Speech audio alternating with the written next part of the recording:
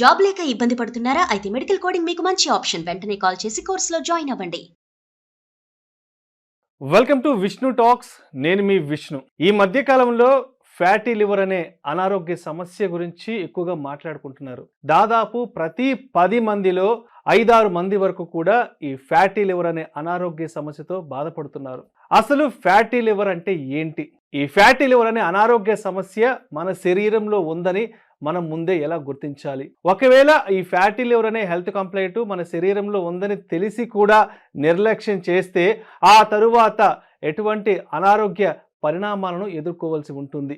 ఇటువంటి ఆసక్తికరమైన అంశాల గురించి తమ పూర్తి స్థాయి విశ్లేషణ అందించేందుకు ప్రస్తుతం మనతో పాటు ప్రముఖ ఫార్మా రంగ నిపుణులు గోనుగుంట్ల సుబ్రహ్మణ్యం గారు ఉన్నారు. వారితో మాట్లాడదాం. సుబ్రహ్మణ్యం గారు నమస్తే సార్. నమస్కారం అండి. సుబ్రహ్మణ్యం గారు, welcome to Vishnu talks. Thank you. Subrahmanyam గారు, రీసెంట్ టైమ్స్ లో ఈ ఫ్యాటీ లివర్ అనే అనారోగ్య సమస్య చాలా మందిలో ఉత్పన్నం అవుతుంది. చాలా మంది కూడా దీని గురించి డిస్కస్ చేసుకుంటున్నారు. ఇందాక నేను చెప్పినట్లుగా దాదాపు ప్రతి 10 మందిలో ఒక 5-6 మంది వరకు కూడా ఈ ఫ్యాటీ లివర్ అనే అనారోగ్య సమస్యతో బాధపడుతున్నారు. ఏంటి అసలు ఈ ఫ్యాటీ లివర్ అంటే? ఈ ఫ్యాటీ లివర్ అనేది మనకు ఎందుకు స్టార్ట్ అవుతుంది మన బాడీలో? ఈ ఫ్యాటీ లివర్ అనారోగ్య సమస్య మనకి ఉందని తెలపడానికి ఎటువంటి సంకేతాలు మనల్ని అలర్ట్ చేస్తాయంటారు అసలు? ఇప్పుడు ఈ ఫ్యాటీ లివర్ అనేది మనకు ఆ పదంలోనే అర్థం చేసుకుంటే ఇంగ్లీష్ పదం అది. అవును. ఫ్యాట్ అంటే కొవ్వు, లివర్ అంటే కాలేయం, అంటే కొవ్వుతో కప్పబడిన కాలేయం అని అనుకుందాం. ఇది 4 స్టేజ్లో ఉంటుంది. ఇది గాన ఫస్ట్, సెకండ్ స్టేజ్లో తెలుసుకొని జాగ్రత్త పడకపోతే 3rd, 4th స్టేజ్కి పోతే రివర్స్ చేయలేం. ఓన్లీ డ్రగ్స్తో, కొన్ని లైఫ్ స్టైల్ చేంజెస్తో మేనేజ్ మాత్రమే చేయగలం. సో అర్లీగా ఉన్నప్పుడే దీని విషయంలో జాగ్రత్త పడాలి. ఒకవేళ పట్టించుకోలేదు, స్టేజ్ 1, 2, 3, 4కి వెళ్ళిపోయింది, ఫైనల్గా ఇది క్యాన్సర్కే పోతుంది, మరణానికి దారితీస్తుంది. ఇప్పుడు ఫర్ ఎగ్జాంపుల్ మీరు చూసినారంటే 1947లో మనకు స్వతంత్రం వచ్చినప్పుడు కొంతమంది నిపుణులు చెప్తున్న గణాంకాల ప్రకారం ఒక 10% మంది జనాల్లో ఈ ఫ్యాటీ లివర్ ఉన్నింది. ఇప్పుడు రీసెంట్ గా చూస్తే 40% మంది జనాల్లో ఈ ఫ్యాటీ లివర్ ఉందన్నమాట. ఎవరన్నా హార్ట్ అటాక్ తో హాస్పిటల్కి వచ్చినారని అనుకోండి, వాళ్ళకి టెస్టులు చేసినప్పుడు మెజారిటీ జనాల్లో తెలుస్తుంది ఏంటంటే వాళ్ళకి ఆల్రెడీ ఫ్యాటీ లివర్ ఉందనేసి. ఈ డయాబెటీస్ తో వచ్చిన వాళ్ళకి కూడా ఆల్రెడీ ఫ్యాటీ లివర్ ఉందనేసి. లేదంటే ఇది రివర్స్ కూడా, ఒకవేళ ఫ్యాటీ లివర్ ఉందనుకో వాళ్ళలో డయాబెటీస్ వస్తుంది, వాళ్ళలో హార్ట్ అటాక్ వస్తుంది, మూత్రపిండాలు కూడా దెబ్బతింటాయి. కానీ ఫ్యాటీ లివర్ అనేది మనకు ఇప్పుడు బీపీ లాగనో షుగర్ లాగనో గబక్కన తెలిసేటటువంటి ఒక విషయం కాదు. మనం బ్లైండ్ గా ఎలా అర్థం చేసుకోవాలంటే ఫ్యాటీ లివర్ ఉంది అనేసి, ఎక్కువగా లావుగా ఉన్నారనుకోండి ఖచ్చితంగా ఫ్యాటీ లివర్ వచ్చే అవకాశాలు చాలా ఎక్కువ. అంతే. లావుగా ఉండి ఈ ప్రాసెస్డ్ ఫుడ్లు ఎక్కువగా తింటున్నారు అనుకుందాం, జంక్ ఫుడ్, బర్గర్లు, బిర్యానీలు, ఫ్రైడ్ చికెన్లు, కూల్ డ్రింకులు, బిర్యానీ, కూల్ డ్రింక్స్, ముఖ్యంగా కూల్ డ్రింక్స్, బిర్యానీ, ఇవన్నీ కానీ ఎక్కువ తింటున్నారు అనుకో ఖచ్చితంగా ఫ్యాటీ లివర్ వచ్చేటటువంటి అవకాశాలు చాలా ఎక్కువ. ఇంకొకటి, కనీసం రోజుకి 1.5 గంట ఎక్సర్సైజ్ చేయకపోయినా కూడా ఈ ఫ్యాటీ లివర్ వచ్చే అవకాశం చాలా ఎక్కువ అనమాట. ఈ ఫ్యాటీ లివర్ వచ్చింది అని ఎలా తెలుస్తుంది అంటే మనకి ఇక్కడ కుడి పక్కన ఉంది కదా, ఈ కుడి పక్కన ఈ రిబ్స్ ఉన్నాయి కదా, రిబ్స్ కింద అప్పుడప్పుడు నొప్పి వస్తుంది. ఆ నొప్పి వచ్చిందంటే లివర్ కి ఏదో దెబ్బ కొట్టిందని మనం లోపల ఏదో తేడా కొడుతుందని మనం అర్థం చేసుకోవాలి, అలర్ట్ అవ్వాలి. అవును.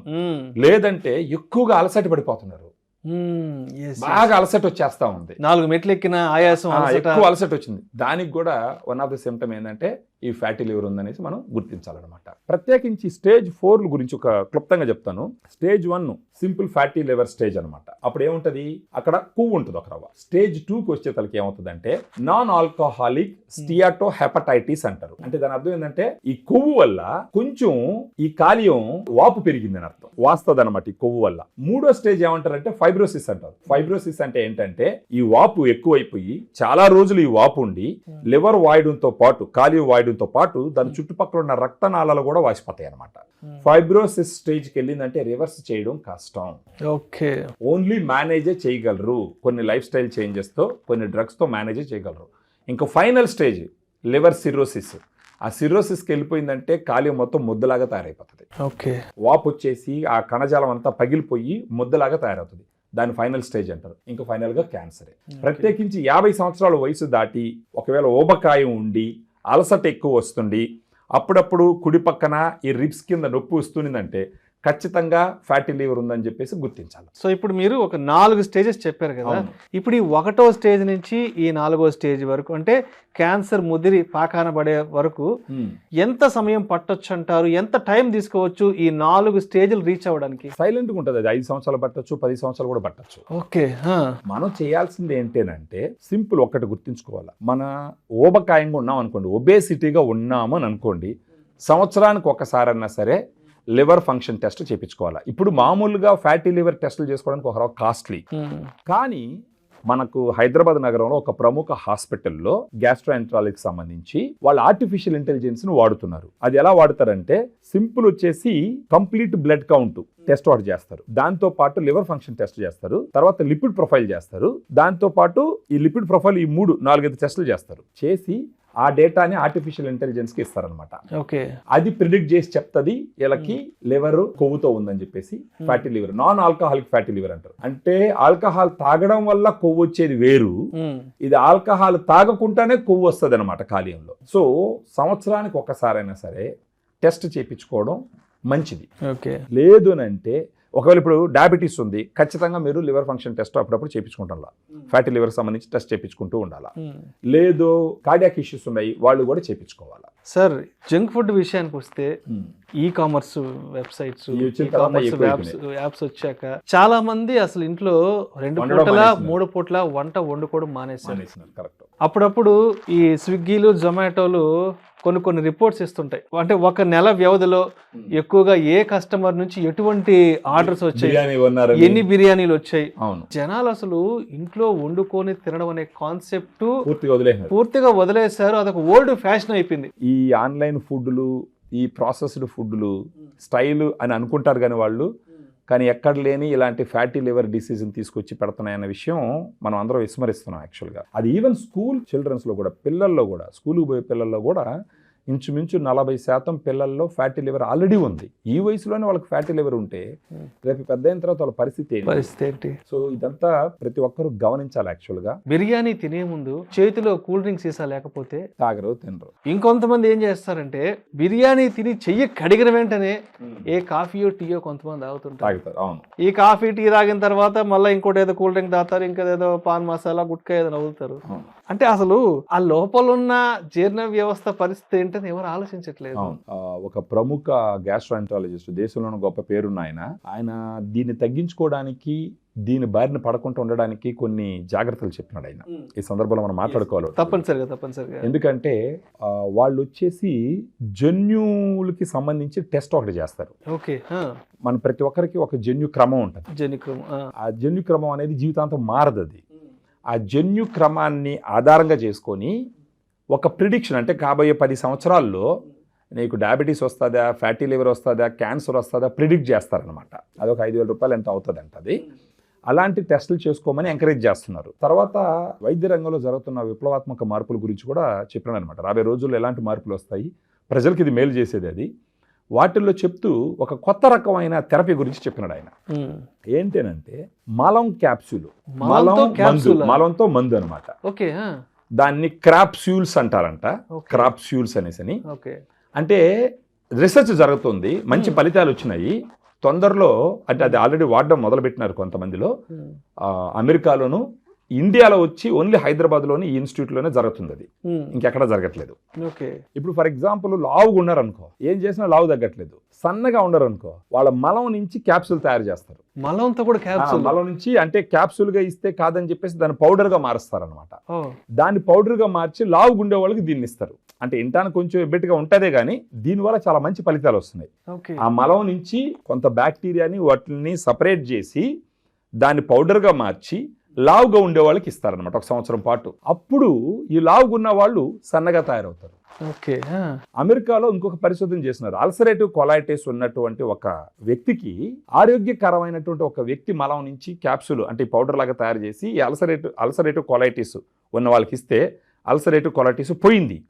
కానీ మనిషి వచ్చేసి కొంచెం లావుగా వచ్చినారు. అంటే ఈ మలం ఎవరి దగ్గర అయితే తీసుకున్నాం ఆయన కొంచెం లావుగా ఉంటాడు అనమాట. సో దీన్ని బట్టి వాళ్ళకి ఏం అర్థం అయ్యింది అని అంటే, మలం నుంచి క్యాప్సూల్ తీసి మనుషులను మార్చడం ద్వారా, అంటే ఫర్ ఎగ్జాంపుల్ ఇప్పుడు డయాబెటీస్ లేదు, ఒక 70 సంవత్సరాల వయసు ఉంది, ఆయనకి డయాబెటీస్ లేదు, ఆయన మలం నుంచి క్యాప్సూల్ తయారు చేసి డయాబెటీస్ ఉన్న వాళ్ళకి ఇస్తే డయాబెటీస్ కంట్రోల్ అవుతుంది. ఇప్పుడు ఇంకొక 60 సంవత్సరాలు వయసు ఉంది ఒక వ్యక్తికి, బ్లడ్ ప్రెషర్ ఏమీ లేదు, ఆ మనిషి మలం నుంచి క్యాప్సూల్ తయారు చేసి పౌడర్ తయారు చేసి బ్లడ్ ప్రెషర్ ఉన్న వాళ్ళకి ఇచ్చినారనుకో వాళ్ళకి బీపీ తగ్గిపోతుంది. సో ఇలాంటి పరిశోధనలు మన హైదరాబాద్లో ఒక పేరెన్నిక కలిగినట్టు ఒక హాస్పిటల్లో జరుగుతూ ఉంది. ఆ డాక్టర్ గారు వచ్చేసి ఇంచుమించు 1100 పేపర్లు ఆయన పబ్లిష్ చేసిన రీసెర్చ్ పేపర్లు. చాలా గొప్ప వర్క్ జరుగుతూ ఉంది. అందులోనూ Hyderabad hospital, Hyderabad based hospital అది, పేరునికి కలిగిన గ్యాస్ట్రోఎంట్రాలజీ హాస్పిటల్ అది. సో అలాంటి దాంట్లో జరగడం అన్నది ఒక గొప్ప విషయంగా చూడాలా. ఏది ఏమైనప్పటికీ జనాలు గుర్తించుకోవాల్సిన విషయం ఏంటంటే ఈ ప్రాసెస్డ్ ఫుడ్లు, కూల్ డ్రింక్స్, స్ట్రెస్ వీటన్నిటికి దూరంగా పోయి ఈ లివర్కి కొవ్వు పట్టడం అనే దాన్ని తగ్గించుకోవాలా.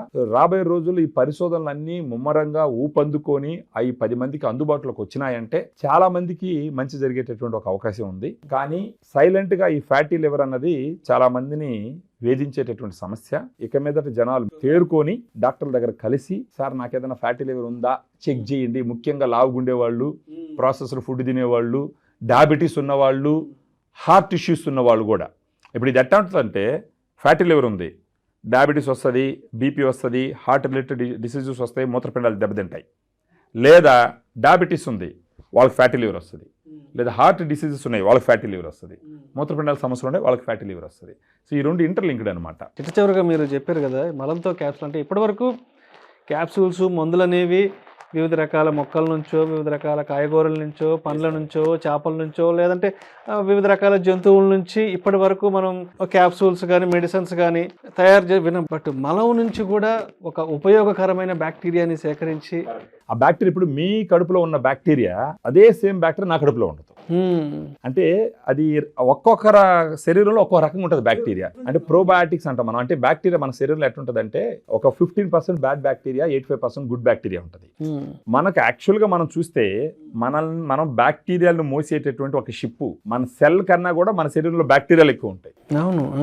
సో ఈ బ్యాక్టీరియాలను గుర్తించడం ద్వారా, ఒకవేళ మీ కడుపులో మంచి బ్యాక్టీరియా లేదు, దానివల్ల కొన్ని సమస్యలు వస్తున్నాయి, వేరే మంచి బ్యాక్టీరియాని మీ కడుపులోకి పంపించడం ద్వారా మీకున్న ఈ ఆరోగ్య సమస్యల్ని నియంత్రించవచ్చు.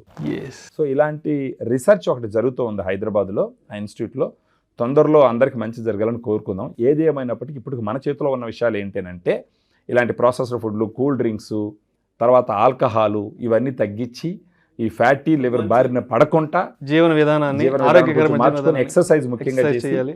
సంవత్సరానికి ఒకసారి డాక్టర్లను కలిసి ఒకసారి టెస్ట్ చేయించుకోవడం ద్వారా రాబోయే కాలంలో వచ్చేటటువంటి ఇలాంటి ఆరోగ్యకరమైన సమస్యలు బారిన పడకుండా వాళ్ళు కాపాడుకునే అవకాశం ఎంతైనా ఉందన్నమాట. Thank you sir. Thank you so much Subrahmanyam garu. Thank you Vishnu గారు. ఈ ఫ్యాటీ లివర్ అనే అనారోగ్య సమస్య అసలు ఎందుకు వస్తుంది, దీన్ని గుర్తించిన తర్వాత వెంటనే ఎటువంటి వైద్యం చేయించుకోవాలి, ఒకవేళ దీన్ని కనుక నిర్లక్ష్యం చేస్తే ఇంకా ఎటువంటి అనారోగ్య సమస్యలకు దారితీస్తుందనే అంశం గురించి చాలా చక్కగా మీ విశ్లేషణ తెలియజేశారు. Thank you so much sir. Thank you అండి.